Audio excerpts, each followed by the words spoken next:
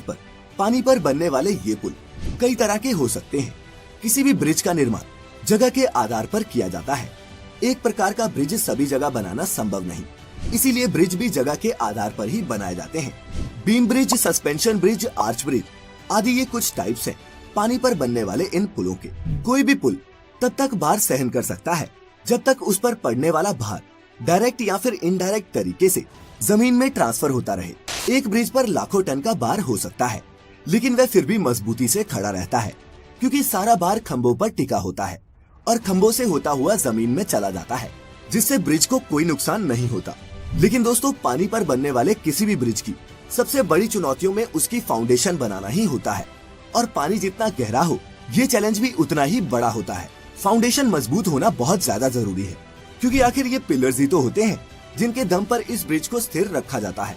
तो कैसे की जाती है इस फाउंडेशन को बनाने की शुरुआत, आइए समझते हैं। तेज बहाव वाले नदियों के ऊपर पिलर खड़ा करने के लिए इंजीनियर सबसे पहले एक स्ट्रक्चर बनाते हैं, और उसको बनाते समय पानी की अधिकतम और न्यूनतम गहराई, पानी के बहाव की गति, पानी के नीचे की मिट्टी, पुल का भार, पुल पर चलने वाले वाहनों का भार आदि बारीक से बारीक चीजों का हिसाब रखा जाता है। इसके बाद पुल की नींव का प्रकार तय किया जाता है, जिसके हिसाब से नींव बनाई जाती है। इस नींव को कॉफर डैम कहते हैं। पिलर बनाने के तरीके के हिसाब से कभी कॉफर डैम का स्ट्रक्चर सर्कल में होता है तो कभी स्क्वायर में। अब सवाल ये है कि आखिर ये कॉफर डैम बनता कैसे है।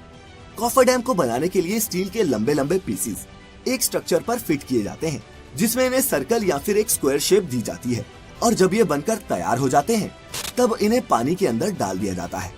दोस्तों, इस स्टील के स्ट्रक्चर को मशीन की मदद से धीरे धीरे पूरी एहतियात से पानी के अंदर डाला जाता है, ताकि ये उसमें अच्छी तरह से सेट हो जाए। इसके बाद मोटर और पंप के जरिए इस पूरे स्ट्रक्चर के अंदर के पानी को बाहर निकाल दिया जाता है, जिस वजह से यहाँ पर एक सूखी खाली जगह बन जाती है। इसी सूखी खाली जगह पर फिर पिलर बनाने का काम शुरू किया जाता है, जहाँ कई सारे वर्कर लगकर इस जगह पिलर बनाते हैं।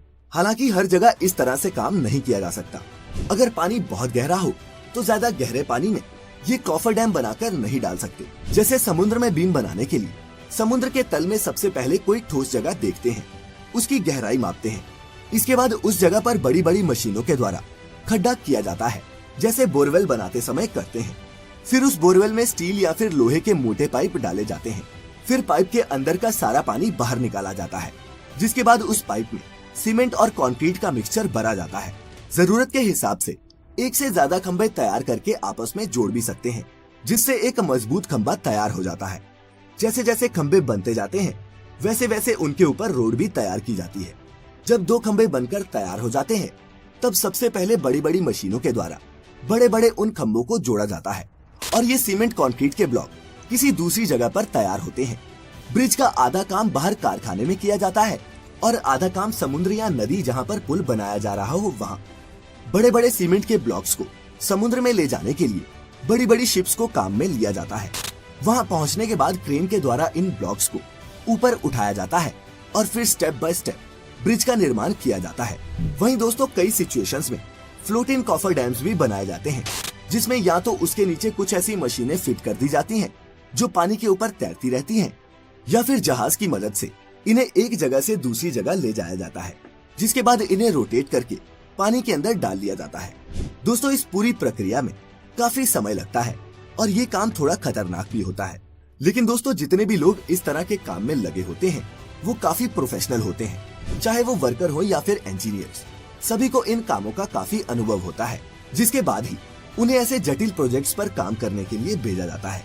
क्योंकि अगर ये ब्रिज किसी नौसिखिए द्वारा बनाए जाए तो उसका खामियाजा कई लोगों की मौत से भुगतना पड़ सकता है। अब हमारे अपने ही देश के मुंबई शहर में स्थित बांद्रा वर्ली सी लिंक को ही ले लीजिए। इस 5.6 किलोमीटर लंबे स्टील के स्ट्रक्चर को इंजीनियरिंग का बेहतरीन नमूना कहा जाता है, लेकिन पानी के ऊपर इसे बनाना आसान नहीं था। ये एक बहुत ही लंबा और चुनौती भरा सफर था, जिसे 11 सालों की अथक मेहनत और लगभग 1.25 लाख करोड़ के खर्च के बाद हमारे इंजीनियर्स ने पूरा कर दिखाया। तो दोस्तों, अब तक तो आप समझ ही चुके होंगे कि इस तरह के ब्रिज बनाने में इतने पैसे क्यों खर्च होते हैं। ऐसे में ब्रिज बनाने में खर्च के साथ साथ काफी समय भी लग जाता है, लेकिन इसके बावजूद भी कई बार ब्रिज फेल हो जाते हैं।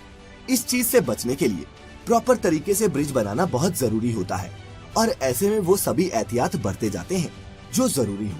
तो दोस्तों, आज की इस वीडियो को देखने के बाद आपने पानी पर बनने वाले इन ब्रिजेस के बारे में कुछ नया और इंटरेस्टिंग तो जरूर जाना होगा। इसीलिए इस वीडियो को खुद तक सीमित ना रखें और शेयर करें इस अद्भुत नॉलेज को अपने दोस्तों